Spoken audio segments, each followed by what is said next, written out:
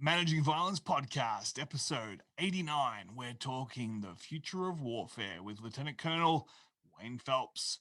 Check it out.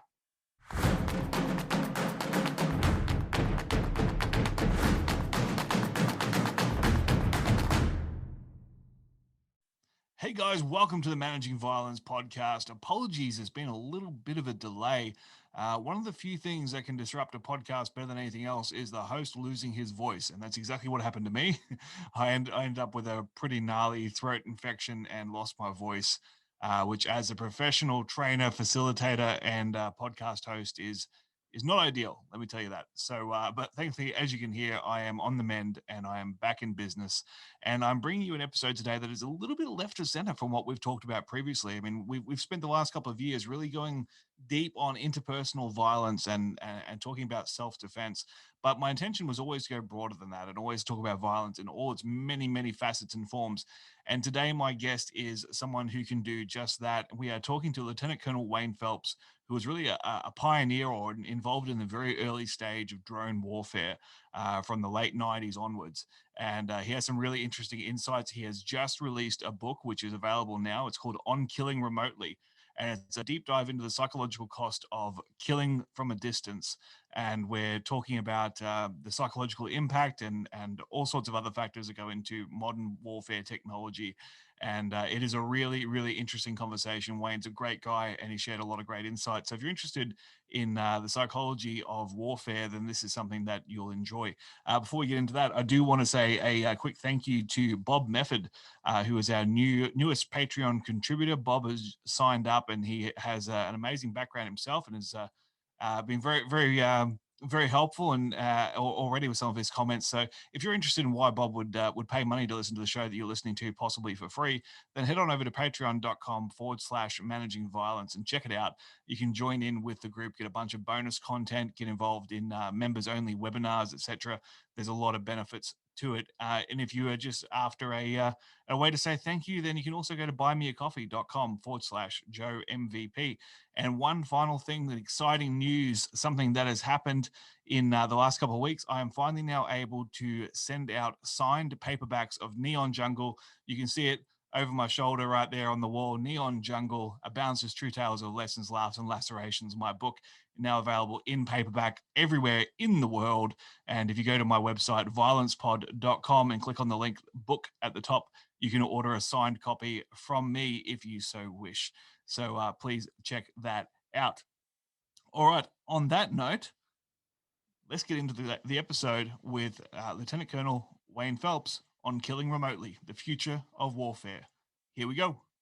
I'm joined here at the Managing Violence Podcast by retired Lt Col Wayne Phelps. Wayne, thanks for joining us on the podcast. Thanks for having me, Joe. It's a great pleasure. As I mentioned to you as we were chatting offline, this is going to be a little bit of a deviation from our normal topic of the podcast, although it is very connected to the subject of violence and managing violence and human conflict and some of the psychological elements in particular of conflict. It's something that you certainly lived at the highest levels, right? It's something that you don't get to be a lieutenant colonel in the Marine Corps without having some familiarity with human conflict. That's really the whole thing. So I'm really interested to pick your brain about it. As I mentioned in the show intro, you have just released, or you're about to release, your book On Killing Remotely. So we'll unpack that when we get there. But firstly, for our listeners that know nothing about you, can you give us a bit of a rundown of your experience in your career? Sure. Yeah, I'm a retired Marine Corps Lieutenant Colonel, commissioned in 1998. Became an air defense officer. For 14 years, I spent my time in that field. 5 combat deployments: Iraq, Afghanistan. I was part of the initial conventional forces that were on the ground right after 9/11. Was part of the initial invasion into Iraq in 2003. Went back again in 2004 for counterinsurgency operations in Al Anbar province. Spent some time. Well, at that point, my wife was like, "I haven't seen you in 18 months, and we've been married for 3 years. So let's do some school and some other things." So spent a little bit of time out of the operating forces. Went to the Marine Corps' premier aviation weapons and tactics squadron called MOTS 1, where I did a lot of pre-deployment training for units that were going to Iraq at the time.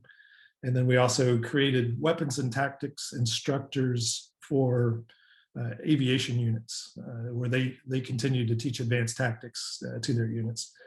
Went back to school, got a master's in military studies, and then went back to the operating forces, immediately deployed to Afghanistan in 2010 as part of the surge in the Helmand province, providing security of a base out there. Came home, and on the day I got home, told my wife that I was deploying again. She was super happy to hear that. And then I deployed on a ship 2011 and 2012, went to about 8 different countries throughout the Western Pacific region and the Middle East. Went to the Pentagon for a little bit, did a couple years there as a staff pogue, and then got selected to become a drone pilot. Basically, it was a new occupation for the Marine Corps. And after that, I went out to Kaneohe Bay, Hawaii, where I spent 4 years in a drone squadron. The last 2 years, I was the commanding officer, and we had some opportunities to send some teams overseas and in a fight against some violent extremist organizations. Yeah, wow, it's a long career in a short summary. So you're obviously practiced at delivering that synopsis. Wayne, I'm always curious about. You said you were commissioned in 1998, so you get commissioned at a time of relatively sustained peace. I mean, other than a few operations here and there, and then 9/11 happens. Talk me through that as a young man, suddenly going, "Wow, okay, this is going to be real." I mean, was this something that you always expected that you're going to eventually go? What was it? Were you prepared for the idea of going to war? No, the veterans of combat when I came in were the Desert Storm, Desert Shield vets, right? And we heard stories of their times in war, and of course it's something you train and prepare for, but it wasn't something that I knew was imminent. In fact, I volunteered for my first deployment because I didn't know if I was going to have any opportunities to deploy. So I volunteered for this deployment. I left on August 13th, 2001 from San Diego. We were in Australia on September 11th. I was in Darwin. I was up in the Northern Territory doing some training with the Aussies, and we were on our first night of liberty after the training. It was about 10:30 in the evening, if I remember right. I was on the phone with my wife, and the first plane hit the first tower. And we were immediately recalled at that moment and swept through the city and got everybody back on the ship and set sail the next morning. Basically went straight off the coast of Pakistan. Wow. Yeah, so it became real fast. Yeah, it was to be honest. I mean, you're not missing much in Darwin, but that's just a slight shout out to Kelly Anderson, one of our long-term listeners in Darwin, who will probably be cursing me. Yeah, very interesting. The fact that you'd learn about your country being under attack while you're overseas, especially the friendly country, is quite interesting. Let's talk a bit about the book. So, just briefly walk us through what's the premise of the book, what's the origin of it, and what are the sort of topics that you set out to cover with it? Sure. So, I, like most young officers, read On Killing when I was a second lieutenant. Right. It was pretty eye-opening for me at the time. So I was really inspired by that. When I came to the end of my career, I'd always had aspirations of becoming an author. And most people start with what they know, right? And I said, well, what do I know? I know a little bit about drones, and I think there's an opportunity for me to explore how we respond, the human response to killing from remotely piloted aircraft. Basically take Grossman's work and then update it for how we're conducting combat operations these days. So that was my initial inspiration. I actually reached out to Dave Grossman at the time and said, I'm really interested in doing this, and updating On Killing remotely, or On Killing and calling it On Killing Remotely, and looking at it through the same lens, the human aspects of how we respond. Never expecting to hear back from him, of course, right? And he wrote back and he said, "I love it. Let's do it. Great idea." And at that point, I was like, "Well, I'm the dog that caught the car." All right. I didn't know what to do. I said, "Okay, well, how do I get started?" And Dave gave me some great advice and said, conduct a thorough literature review of everything you can find on the topic. And he said, "I'll tell you this too, you can never talk to enough people. You can never interview enough people. Get that firsthand experience of what they've gone through, and their emotions, their problems, their challenges." So I did. I read everything I could, and there wasn't a ton of it on in the market. I created my own survey. Had 254 respondents, 245 of which had actually used a drone to kill somebody in combat. Wow. And then I conducted over 50 first-person interviews. So I did a little bit of qualitative and quantitative research, and what I found from the interviews was that it really backed up some of the things that I suspected from the survey. And the survey itself was some demographic things, so I could get an understanding of who I was talking to, and then it was some very pointed questions like, "Tell me if you think if you have experienced PTSD from using a drone to kill someone in combat." 12% of the respondents actually came back and said yes. Another 24% said maybe.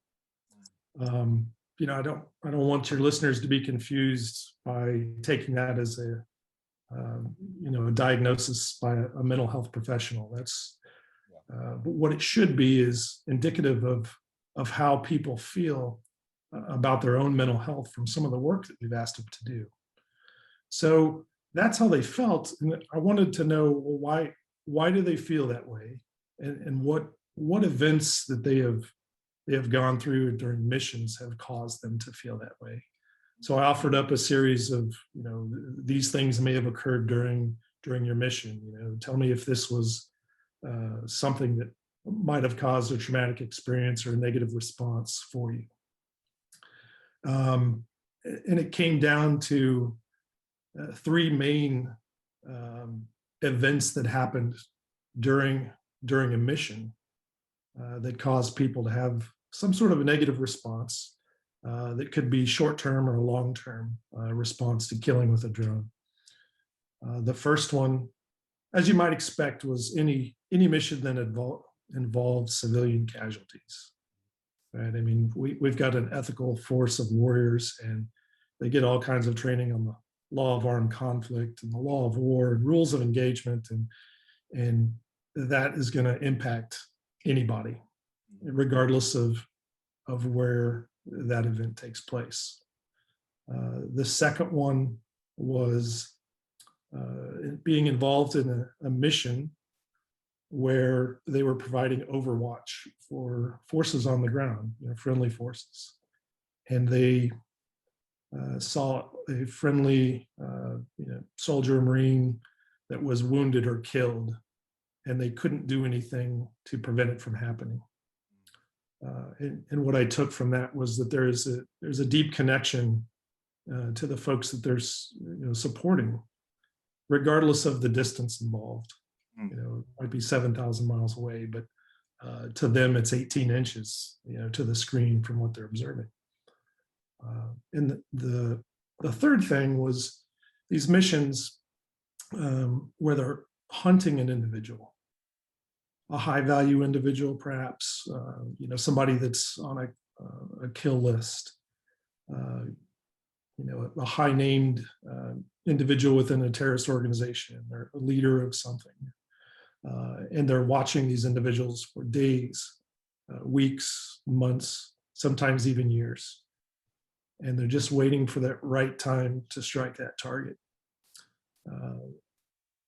And what I found is that the aircrew were developing this kind of one-way intimacy with the targets that they were observing through this, day in, day out observation of this individual. They're really seeing the humanity of that person, right? They're watching them do normal things that normal dudes do, right? They're going to the market, they're kicking a ball around with their kid in the backyard, all of these things. And Grossman talks about this too, and I believe it was on combat when he talks about, the more you can identify with the target, the harder it's going to be to kill them, and the harder it's going to be to deal with killing them as well. Yeah, absolutely. It's really a fascinating point because I'm taken back to years and years ago. I did like an online briefing with a CIA interrogator talking about the psychology of terrorism, and how no one sees themselves as the bad guy, right? Everyone's always the hero in their own story, and even those that do atrocious things usually feel justified, unless there's a psychiatric illness, and even if there is, there's usually a sense of justification, or yeah, the ends justify the means. So what we're dealing with, even though they can be evil people that have done evil things, is someone who ostensibly is still living usually a relatively normal life outside of that space. So I imagine that can cause a lot of internal conflict as you're watching someone and you go, well, is what I'm reading correct, or do the evil they do justify taking away someone's father, or a valued member of a community? Like those are big questions for an individual operator to be considering. Absolutely. And it's the nature of the technology that allows the air crews to be put in these situations, right? You consider traditional manned, strike aircraft. They have very limited time on station to develop a target, to deliver ordnance on the target, and then to do the battle damage assessment afterwards, right? And then they have to get back to base or back to the carrier. When your persistence over the target is measured in hours, almost days, you have the ability to have tactical patience and to wait for the right time to strike, and really get a feeling for that target. But also, you can remain on station afterwards and watch the aftermath of the target. Mm. Watch the people that come, to pick up body parts, to carry this individual away, to bury them, to take them to the hospital. I've one interview I conducted. A gentleman told me that he had struck a target. He followed that deceased individual all the way through the funeral because he wanted to see who showed up, knowing that there would be some other nefarious characters there, and then he would follow one of them to a point where he would get authorized to strike another target. And, so you never know sometimes where the mission is going to take you, but that persistence, coupled with the high definition of the camera, really gives you this intimate feeling that you're there, unlike anything that we've really experienced in warfare, right? Unless you're there face to face on the ground, right? Yeah, and I guess even then, I mean, and I'm purely speculating, but I imagine even then it's different to if you were face to face on the ground. At least the other party knows they're in a life and death situation, and like you're fighting. It's a little bit different to being an eye in the sky that may be about to push a button that's going to end someone's life, or multiple people's lives. Is there a difference? Did you find in your research? And I haven't read the book as yet. It's being released, I think, next week. But did you find in your research any difference between the psychological impact on, say, drone pilots versus manned aircraft? Given that I assume with manned aircraft, it's a little bit more just acting on orders. There's less personal decision making other than just identifying that I'm in position and getting the green light, as opposed to a drone pilot, from what I understand, has a little bit more individual decision making. Is that accurate? And was there any difference in the psychologically? No, I mean they're both strike aircraft, right? So they're striking a target um, at the request of somebody on the ground in most instances. And so regardless of whether you're a drone pilot or a manned aircraft strike platform, usually someone on the ground is requesting you to strike a target. Oftentimes it's particularly in combat, it's a troops in contact or a tick situation where somebody is engaged with the enemy and they need assistance right now. So didn't find any differences there, but what I did find differences in is obviously there's a sense of skin in the game for the manned aviators because they're going forward, they're going into harm's way, there's a risk to their own life. Whereas for drone pilots, particularly when we're talking about predators and reapers these days, there's no physical skin in the game, right? They're in no physical harm. They're not in harm's way. So the difference. Some people say, well, you can't suffer from PTSD if you're not in a life-threatening situation. And that's really just an immature understanding of what PTSD is, isn't it? I mean, Yeah, I mean, so are you familiar with the DSM-5? yes. So DSM-5 was updated in 2013, and one of the things that it updated with was an initial stressor that wasn't in the DSM-4, and that initial stressor was watching a traumatic event through a mediated screen, what they called screen trauma, as long as it was in the course of your duties, right? So you're not getting PTSD from watching TV, but if you're watching an event that occurs on a video screen where you're striking a target, that could potentially be an initial stressor for PTSD. Yeah, that's something I would like to unpack with you because it's certainly an evolution in warfare, and I'll come back to the technology towards the end because there's a different conversation I'd like to have there. But there's been conjecture, and I don't know how widespread this is within the military, but certainly from the outside, I've heard people saying, "Oh, we're just killing people from 2 countries away now. It's not real war, or these people aren't real warriors. They're video game playing kids. We're recruiting soldiers from esports now rather than from real sports." Like there's this idea that drone pilots aren't real soldiers, or they're not real Marines. They're not real warriors. They're just kids playing video games. How is firstly? I mean, I'm going to guess that you're probably going to disagree with that premise, which Yeah. I expect. Is there a level of a difference in terms of how those people see themselves within the organization? So I wrote an entire chapter on the video game comparison, and it happens all the time. When you tell somebody I'm a drone pilot, I'm a sensor operator, I'm an intelligence analyst that works on a drone crew, the first thing they say is, "Oh, it's just like playing a video game." I think there is nothing more insulting than comparing what someone does that involves taking a human life to playing a video game. Mm-hmm. I think that it immediately marginalizes what these people are doing and what we've asked them to do in defense of the nation. So I strongly object to the video game comparison. It'd be like saying to a soldier, "Oh, it's just like you play paintball." Exactly. But I do go into why that comparison exists. And there's, compare and contrast and how there is similarities, but I asked in my interviews and my surveys, if drone pilots felt like it was playing a video game. And a lot of these men and women are from a video game generation. They grew up playing video games, and to a man and woman, they all said no.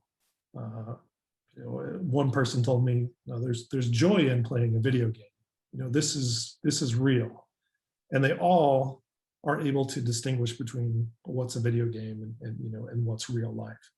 and they take it very seriously. I mean, they're trained professional warriors, right? What I think is also ironic is even within the military, we get that from other communities. We get it from other pilots. You know, you're just playing a video game. I think a lot of that stems from a fear that drones might eventually take over some of those missions that manned aviators have traditionally had. You're already seeing that with strike platforms, you know, taking over some of the strike capabilities from manned platforms. I also think that it's a culture issue. So traditional aviators value courage, right? It takes a lot of courage to strap yourself into a helicopter or a jet, put your life on the line to go into harm's way. It's dangerous enough when no one's shooting at you. And it's even more dangerous when you're going into harm's way. So what they value most, in my personal opinion, is courage. And then when they're comparing themselves to a platform that requires no physical courage, you know, to employ, they're going to reject it. You couple that with the fact that there's a threat to their own existence as a pilot from being taken over from drones, and then there's no question why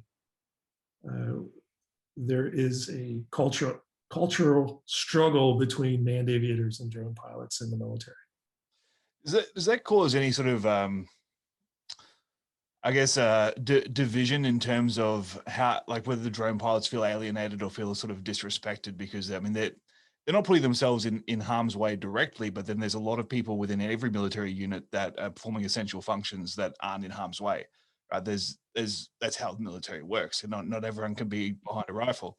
So, right. Is there a level of feeling of disrespect? Because I mean, in those other roles that aren't in harm's way, they're not actually part of a fighting force. They're not taking lives, but I mean, you guys are kind of like in the middle, aren't you? I mean, you're taking lives without actually putting your life on the line. How does that sit psychologically with how someone sees themselves within the organization and their perception within the organization? Well, isn't that the objective of war, is to be able to kill the enemy without being killed? Right. It's like, you know, to use a combat sport analogy, people dislike defensive boxers that have a really evasive style. It's like, well, he doesn't stay in the pocket. It's like, yeah, because he's trying to hit the other guy without getting hit. Like, this is the art. Trying to wear him down and wait for the right opportunity to fight back. Brain trauma. This seems like a good idea, you know. But yeah, I mean, it's not the way things have traditionally been done. So I'm just curious about the impact of that, I guess, that culture or that perceived culture on the operators themselves. Yes, there's definitely a negative impact on the operators. Promotion rates have traditionally been lower. They get less opportunities to go to career advancing schools, particularly in the Air Force, because they're so busy, they're so undermanned that they're constantly flying, and they can't afford to give up the manpower. So less, you know, and awards is another thing. You know, awards is a big thing in the military, and it's, you know, it's a representation of what you've done and how you did it, right? And think about this: a drone pilot can have more strikes in, say, Afghanistan than a person that sat on a forward operating base or a manned platform and not rate the campaign medal for which they were participating. Yeah, wow. Is it just a perception of lack of sacrifice? Is that? No, it's just the way the rules are written. You physically have to be there for a certain period of time, right? So you can't mentally be there. Yeah. So some of those things, and you know, the military is traditionally slow to catch up to technology and cultural changes, and that's one of those things I think over time will eventually change. But we've been fighting with armed drones for 20 years now, so you think some of that would catch up. Yeah, yeah, and I'm sure it will. I mean, we won't have a choice. This is the direction that warfare is heading in. And we can speculate on the time frame, but it's going to be something that we have to address at some point. I'm curious, but before we move into the technology side, we've referenced sort of moral injury and PTSD and so on. I'm curious about what the I guess longevity or turnover rates of drone operators and whether you've observed any trends there that may be different from conventional forces. The turnover rate has traditionally been very bad. The Marine Corps, Air Force, usually at the end of service members' contract, they get out. I'll give you an example. There was 2 drone squadrons in the Marine Corps for the longest period of time. And they were on a rotation when we were fighting in Iraq from 2003 to 2008-9 timeframe. These 2 squadrons spent 7 months in Iraq and 5 months at home. And they just kept rotating, relieving each other in country. And so you had young Marines that were in one enlistment of 4 years were doing, 4 deployments. So at the end of that, their choice was to re-enlist and continue to do that for another 4 years, or to get out and go work for a contractor and make more money. We lost a lot of good folks that way. The Air Force, they were offering enormous bonuses to sign on for another tour, upwards of $250,000, I believe, in some U.S. dollars, in some cases to stay, and people were still leaving. Wow. There was actually a lot of Marine officers that went from the Marine Corps over to the Air Force because we didn't have any armed, drones at the time. So they were transitioning over into the Air Force because they thought it was the best of both worlds. They get to fly an armed, Reaper and then be home in time for dinner. So it's a better lifestyle for them. What's money? Yeah. Yeah. Wow. Let's talk a little bit about the technology itself. I mean, you mentioned in the notes you sent me before the interview that you saw your first Predator right after 9/11, and this is something that I didn't even realize until I started researching for this particular interview. I kind of associated drone warfare as starting around 05, 06. I mean, that's just when I became aware of it. I didn't realize that Predators had been in use since, I think, like 94, 95, something along those lines that they developed. What was your reaction when you first saw it? I mean, you're a young Marine officer, and like, wow, this is a game changer. Yeah, I don't know how long you want me to talk about this, but I could talk about the origin of it. And there's 2 really good books that cover this as well. Predator by Richard Whittle, and then Nevermind, We'll Do It Ourselves by Alec Beerbar and Mark Cooter. And those books both really talk about the origin. Nevermind, We'll Do It Ourselves was written from the perspective of an Air Force officer and a CIA officer who were shepherding the program through. And then Rich Whittle, I mean, he goes through kind of a higher level view of policy and things like that. Sure. That was happening. But both excellent reads on the origin of this. So it started off, I believe, as an Army program managed by the Navy.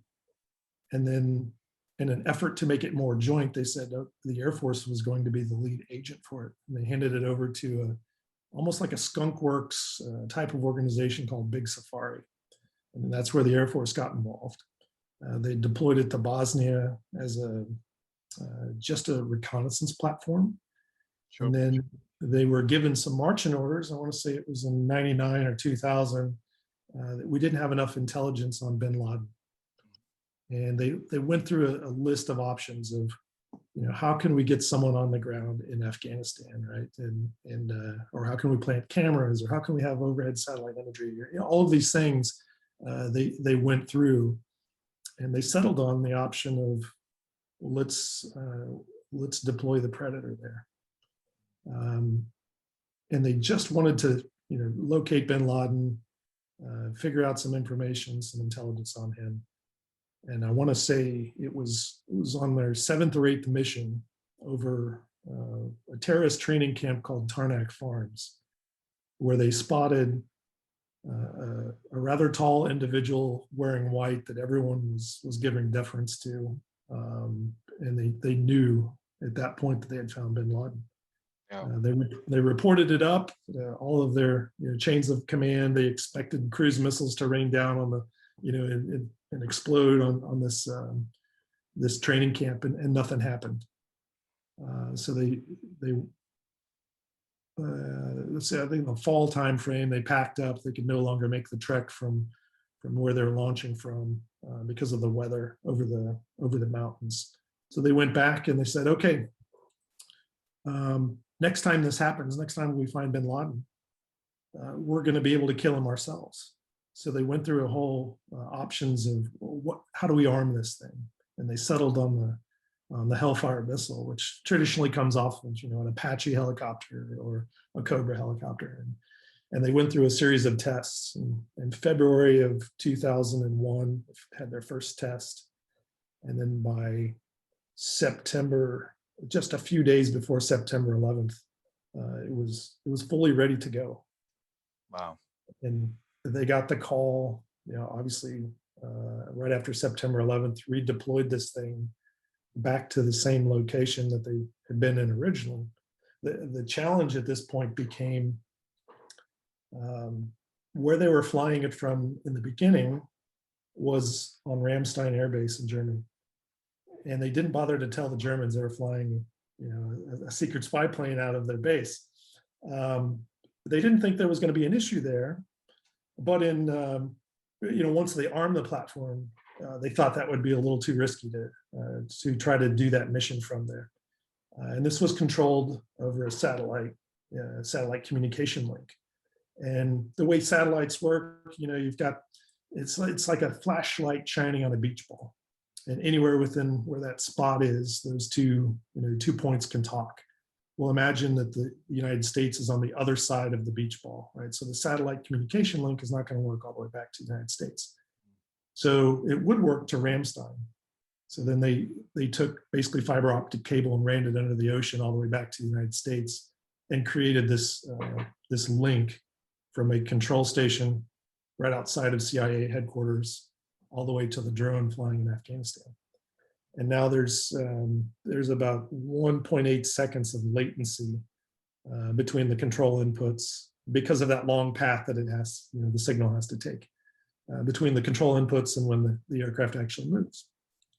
It's absurd that we can do that now. Yeah, it's called remote split operations, right? It's unprecedented technology, and that same unprecedented technology has actually led to some unprecedented problems, right? So imagine that you're a drone crew out of Creech Air Force Base, and for 5 years, your job is to commute to combat every day from your house to where you'll fly a combat sortie. You'll fly a mission where you could be supporting troops on the ground. You might be striking a high value individual. You might just be watching things. And then say you have a strike, you'll do a debrief, and then you'll drive home and you'll spend the evening with your family. And you get up the next day and you do it all over again. I talked to one Air Force pilot who told me he had 9 strikes in 1 week. Home after each one of them.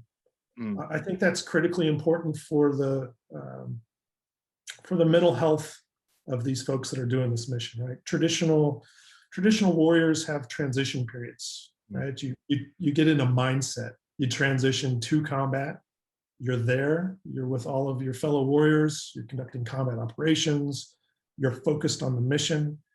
And then when the mission's over, you start to transition your mind and your body back to home, right? You might have some decompression training, some off-site stuff where you go someplace and just decompress a bit, and then you're home.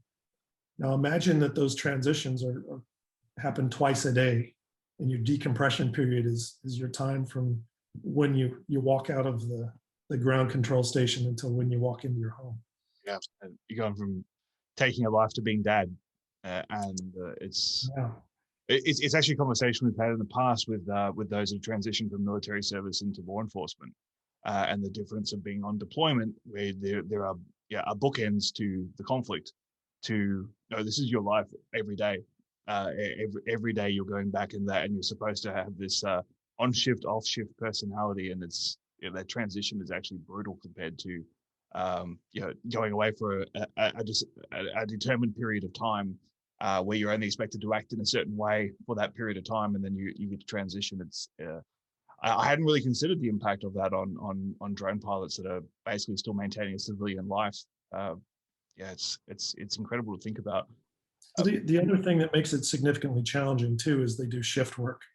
So you might spend 6 weeks on the day shift and then 6 weeks on the mid shift, and then you rotate. Right? And for anyone that's ever done shift work, you know that it takes longer than 6 weeks for your body to adjust to that. Absolutely. So you're in this constant state of feeling like jet lagged almost. So you're sleep deprived. You're commuting back and forth between your home life and your life in combat, and then you potentially have some issue that happens on the other side of the planet that could cause a traumatic, negative response to. I interviewed one sensor operator who mentioned he had the worst strike of his career. The missile fell a little bit short of the target because of a bore sighting issue with the laser, where the laser was pointing, but still shot a bunch of fragmentation up into three fighters that he was trying to kill. Instead of killing them instantly, they were just lying on the ground in pain, and then someone came and picked them up, and he's following them this entire way to a hospital. He watched that hospital for hours, where they eventually took some 3 corpses out of the hospital and buried them out back. And he had an extremely long debrief to figure out what went wrong afterwards. He said he got home at 8 in the morning after his shift ended, and his wife handed him their 8-month-old colicky baby and said, I'm done, you're on duty. Yeah. And those were the 2 worlds that he was living in for quite a period of time. Yeah, it's incredible to think about that, and even just something as I guess we don't really take for granted, but like if a strike rather causes any sort of controversial outcome, civilian casualties, etc., that person's gonna be watching that on CNN when they get home, or the week later, and knowing that was their mission, that was something that they were involved in. There's no insulation, I guess, against that media coverage and that fallout. Yeah, it's extremely high visibility. Yeah, absolutely. It's something that I think books like yours are going to be very important for guiding this conversation, how we look after these warriors as they reintegrate, or even like they are integrated. They're not even reintegrating. They be able to maintain their mental health throughout this function. I'm curious from a technology point of view. I mean, from at least from my understanding, the US led the way in the development of drones with strike capacity. How long was it before you started to see this technology appearing in enemy forces, whether used from terrorism point of view or from state actors? Is it something that you guys are monitoring in terms of the uptake? We know drones can be purchased for a couple $100 now. They can carry a decent payload. I mean, how does that change our operations in terms of our own base security and critical infrastructure security as well? Joe, that's a great question. So it used to be that only state actors could afford an Air Force, right? And the rise of commercial off-the-shelf technology, particularly commercial drones, within the past 5 or 6 years, with companies like DJI, right, that owned 85% of the market share, and it's affordable. And with just a simple modification, you can turn this into a platform to deliver explosives, or you can conduct reconnaissance against your enemies. We're starting to see this globally, right? And I follow this because of my current job, where I'm I'm trying to sell counter UAS solutions as well. Just in the past month or two, we've seen incidents of Mexican cartels attacking police. We've seen Houthi rebels attack airplanes in Saudi Arabia. We've seen Hamas deploy drones against Israel during the most recent conflict. The conflict between Azerbaijan and Armenia was probably one that people should be paying attention to. Significant amount of drone technology employed during that by forces that really wouldn't be able to afford a large air force, right? And that capability exists, and it exists from the lowest level tier of terrorists all the way up to state actors. Countries like China have no problems with proliferating that technology out to anyone that they can sell it to. So this is a growing threat. It's a growing concern. You couple this with some technologies that are emerging, artificial intelligence and machine learning at the edge, with robotics, swarms. This is what the future of warfare is going to look like, at least at some level. But Wayne, I want to thank you very much for taking the time to chat with us. It's a topic that we haven't had an opportunity to talk about before. Shout out to our good friend of the show, Dave Grossman, for contributing obviously to your book, but also for publicizing it and bringing it to my attention. So I just want to, as we close, I'd just like to give you a chance to sort of talk about what you're doing currently. If people are interested in finding out more about you or engaging you in any professional capacity, what should they know? Sure. So just recently, I started working for a startup based out of Utah that's doing some really interesting things with counter UAS technology. Right, we talked about the growing drone threat, and I've been studying that for quite a long time.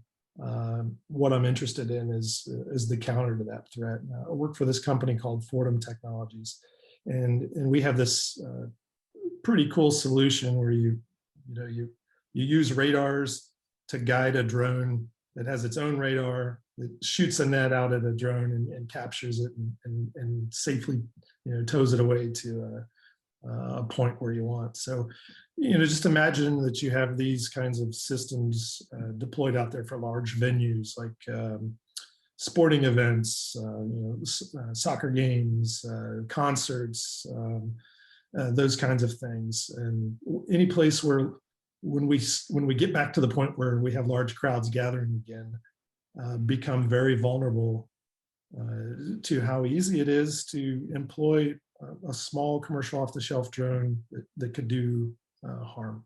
And even just as a nuisance, I mean, from my experience, 4 years ago, I was running the security for the largest military air show in the Southern Hemisphere, and we had literally billions of dollars worth of infrastructure on the ground that were there for public exhibition and for demonstration. And the drone threat was very real for us, not just in terms of like any sort of malicious actor, but rather just people spectating, just filming the show, and the fact that we've got military aircraft in over a commercial airport that is being closed down for the event. But what happens if we've got a drone in the sky? Well, we have to ground the entire show. Like, everything has to stop until we get rid of that drone, because it's a risk, right? It's a hazard. So those kinds of questions. We've had commercial implications with the Tour Down Under as a big bike race, like the Australian Tour de France, I guess, where we've got a television station that's paid a lot of money to have commercial broadcasting rights, and then you've got a drone flying above following the thing, streaming it on YouTube. So there's commercial implications for not controlling drones. Actually, a very Australian example before I let you finish, just because you'll get a chuckle out of this. I'm not sure if this is a cross-cultural reference, but are you familiar with what a sausage sizzle is? No, I'm sorry. Right. A sausage sizzle is basically a sausage that's cooked on a barbecue and then put in bread, usually with onions and some sauce. Right. This is Australian delicacy. There is a a cultural phenomenon that we have a hardware store called Bunnings here. They're a major hardware chain. Every single day of the week, you can go to Bunnings and can get a sausage sizzle out the front. It's usually a charity group that's selling sausages and a can of soft drink pop. And this is like a cultural phenomenon. And a couple of years ago, we had a young guy make headlines because he got arrested for trying to pick up a sausage sizzle with a drone. He sent the drone with a note and money saying, "I'll have a sausage with onion and a can of drink. Please put it in the basket." And the guys served it. They served the drone and sent it away, and he ended up being in trouble with the police for various various offenses under the aviation authority. So you have to admire his ingenuity, though. I mean, just laziness is a big trigger for innovation. So anyway, sorry, I just thought I'd share that Australian example with you as you talk about potential implications of US. Yeah, I mean, the implications across multiple different sectors and markets are enormous. You look at say the Gatwick Airport around Christmas. I want to say it was in 2018. Shut down the airport for 33 hours and cost the airlines millions and millions of dollars, and inconvenienced all those passengers that were trying to travel over Christmas time frame. So just one incursion into the airspace of an airport. And you think of how many airports there are worldwide, ports, power, generation facilities, water treatment areas. I mean, the list goes on and on of areas where you don't want a nefarious drone flying over and doing something that you can't quite control. So the need for a counter is going to be as significant as the rise of drones, right? There's no putting that genie back in the bottle at this point, right? It's only going to continue. Absolutely. And Amazon can deliver a pizza to my house, like you said, I'm never leaving the house again. Yeah. And it's all open source now, so it's the genie is not only out of the bottle, but it's multiplying. It's everywhere. Exactly. Yep. All right, Wayne, I'm going to bring the interview to an end there. I sincerely appreciate you taking the time to talk about this topic. It's a niche topic that it's great to have an expert on to be able to talk to us about. If anyone wants to grab a copy of the book, it's called On Killing Remotely. It's coming out early June, so by the time you listen to this episode, it's probably just about out. So make sure you grab a copy. Wayne, thank you very much. Thank you, Joe. It's been fun. Thank you once again to Lieutenant Colonel Wayne Phelps for an amazing dive into the psychology of drone warfare.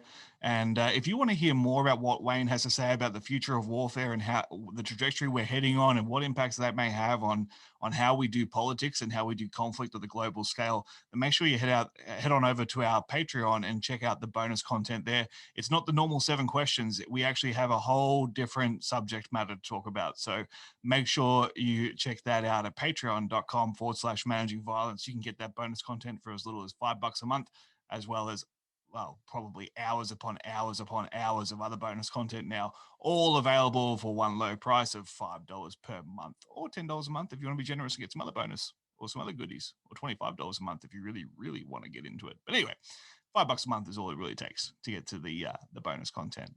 All right, that will do us for this week. We'll be back again with episode 90 coming up very, very soon. Until then, I'll talk to you next time.